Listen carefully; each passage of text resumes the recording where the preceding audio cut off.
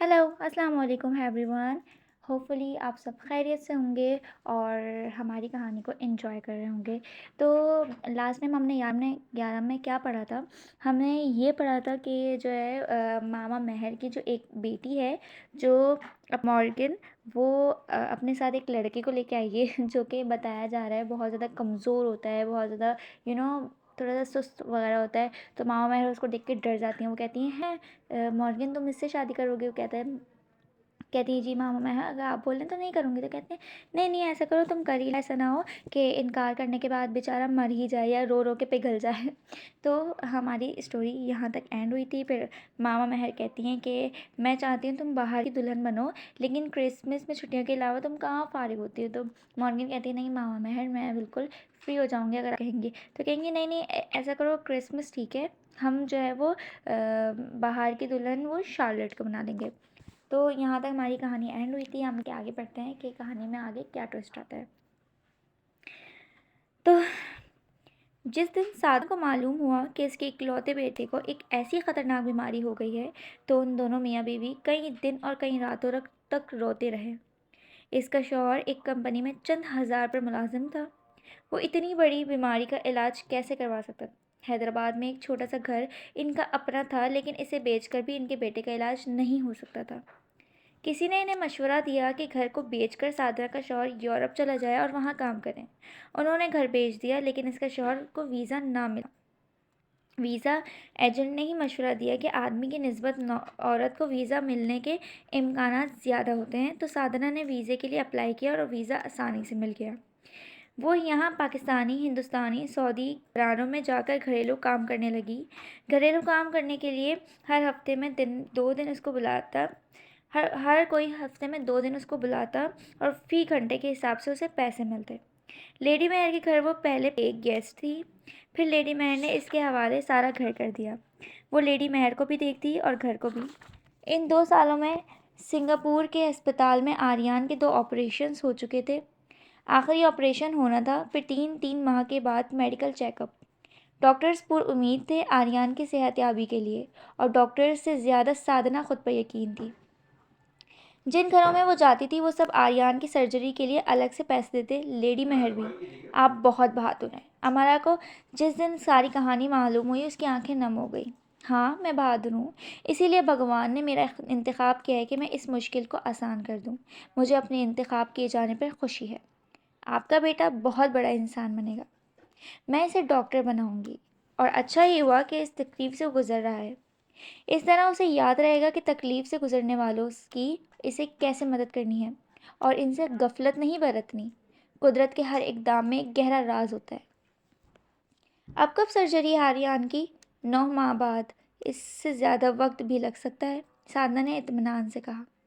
अमरा बहुत मुतासर थी साधना से। जब वह पाकिस्तान में थी तो ख़ुद को दुनिया की दुखी, मजलूम तरीन लड़की समझती थी। वो रात को पाइन एप्पल की प्लेट भरकर खा जाती और रोती जाती।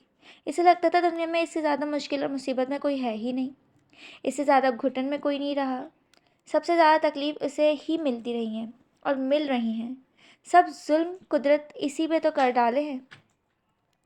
वो तो सच ही है कि इंसान दुनिया में चल फिर कर देखे तो उसे खबर होती है कि जिस दुख पर वो ऐसे वावेला मचाता है, दिहाई देता है, तो वो कोई दुख है ही नहीं।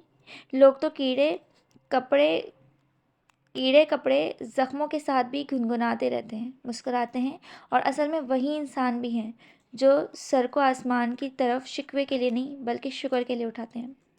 एक गार्ड शो स्टोर में पिछले 1 घंटे से घूम फिर रहा था, लेकिन कोई जूता पसंद ही नहीं आ रहा था। हर बार काउंटर पर चक्कर लगा रहा कर ज़रा आगे निकल जाता, फिर घूमकर काउंटर के पास आ जाता।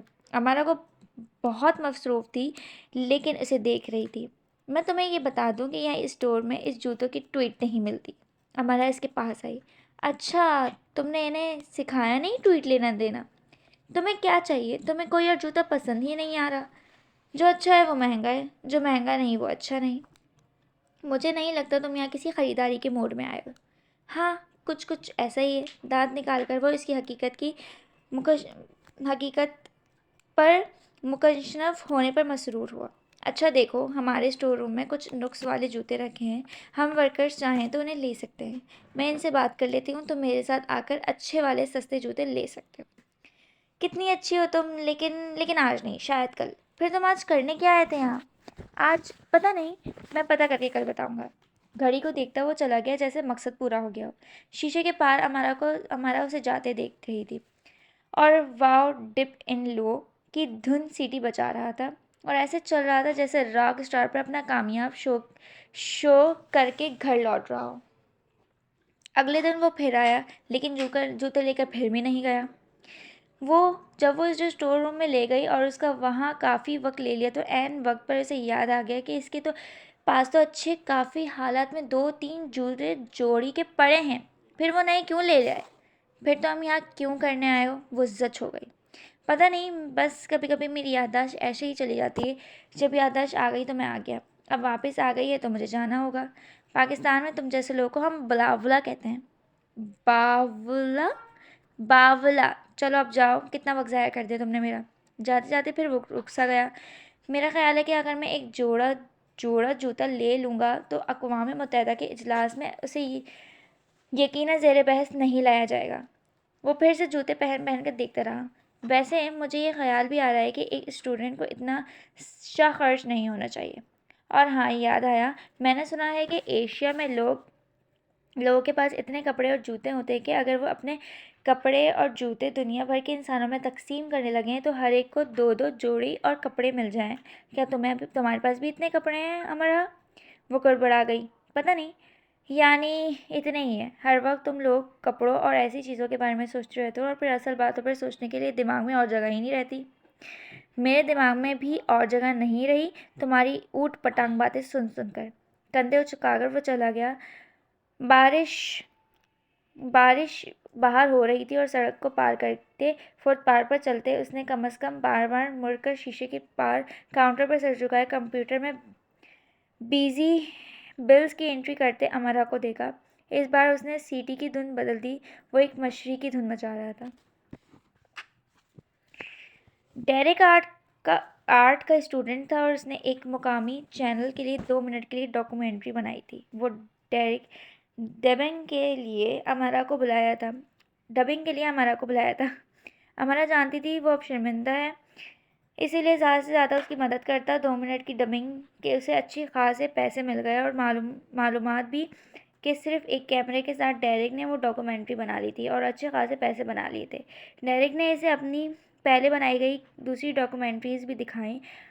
सब वो उसे अच्छी लगी, ख़ासकर डेरिक की कोशिश अच्छी लगी।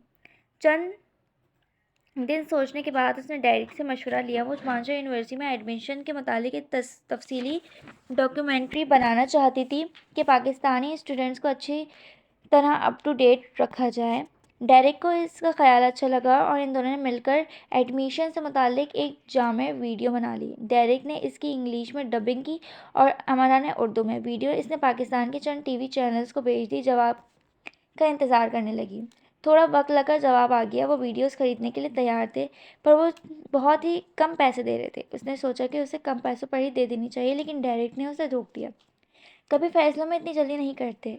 जल्दबाजी एक बड़े नुकसान का बायस बेशक ना बने, लेकिन एक बड़े फ़ायदे से ज़रूर महरूम कर देती है। मेरी पहली डॉक्यूमेंट्री 1 साल तक मेरे पास पड़ी रही। कोई इसे ख़रीदने के लिए तैयार ही नहीं था।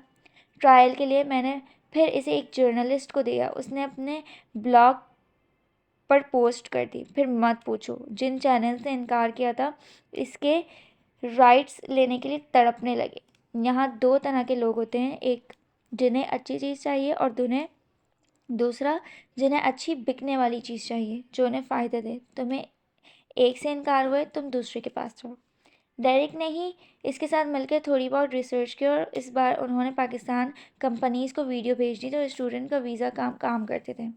इन्हें एक दूसरे दर्जे की वीज़ा कंपनी के यहाँ हार कर दी और निस्बतन अच्छी रकम ऑफ़र की। अमाना ने हाँ कह दिया। ये हाँ अच्छी रही, क्योंकि इस कंपनी ने चंद 1-2 मिनट की वीडियोस के लिए अमाना से बात की। इन्हें मानशा यूनिवर्सिटी के चंद दूसरे डिपार्टमेंट्स की तफसीलात चाहिए थी जो वो अपने स्टूडेंट्स को दिखा सकते थे। अमारा और डेरिक ने वो भी बना के भेज दी। अमारा को अच्छा खासा फ़ायदा हुआ। अमारा खुश थी कि इसने एक नया काम सीख लिया है जो इसे फ़ायदा दे रहा है। तो ये थी हमारी आज की स्टोरी कि अमारा जो है अपनी ज़िंदगी में आगे बढ़ना सीख रही है, रोना भूल के अपनी ज़िंदगी को जीना सीख रही है कि किस तरह इंसान अपने लिए जद्दोजहद कर सकता है, किस तरह इंसान अपने पैरों पे खड़ा हो सकता है, किस तरह इंसान दूसरों की मदद के साथ साथ अपनी मदद भी कर सकता है। तो ये अब मानसर वालों ने अमेरा को एक गिफ्ट ही दिया था, समझो कि वो अपनी यहाँ के लाइफ चेंज कर रही थी। वो भले ही यहाँ 2 साल के लिए थी, लेकिन एक एक दिन वो इंजॉय कर रही थी, एक एक दिन वो अपनी मेहनत करना सीख रही थी। तो आगे हमारे साथ कनेक्ट रहिएगा, देखते हैं आगे क्या होता है। Thank you so much.